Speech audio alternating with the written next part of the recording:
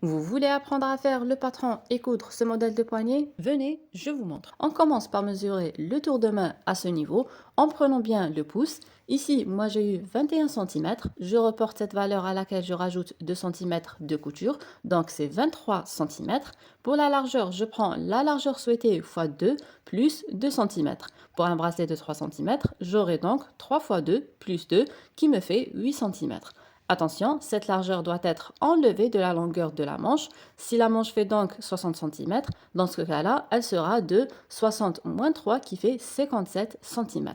On reporte le droit fil parallèlement à la largeur de la pièce. On coupe le patron et nos pièces. On assemble les côtés de la manche et on rabat la couture.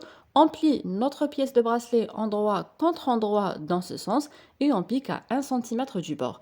On repère le milieu de la couture et on crante, puis on rabat les valeurs de couture de cette façon pour éviter d'avoir des surépaisseurs. On plie la pièce envers contre envers, on épingle les coutures ensemble ou bien on fait un point de bâti pour les garder bien alignés et on repasse pour marquer le pli. Je reprends ma manche où je vais former des frances au niveau du poignet et je m'assure que la largeur du poignet correspond parfaitement avec la largeur du bracelet. Je retourne la manche sur l'endroit, je mets ensuite le poignet de la manche contre le pli du bracelet, puis je glisse la manche à l'intérieur du bracelet en faisant coïncider les coutures. J'épingle tout autour en coïncidant les coutures toujours et je passe à la surjeteuse avec le bracelet par-dessus et non pas l'inverse. Voilà le résultat.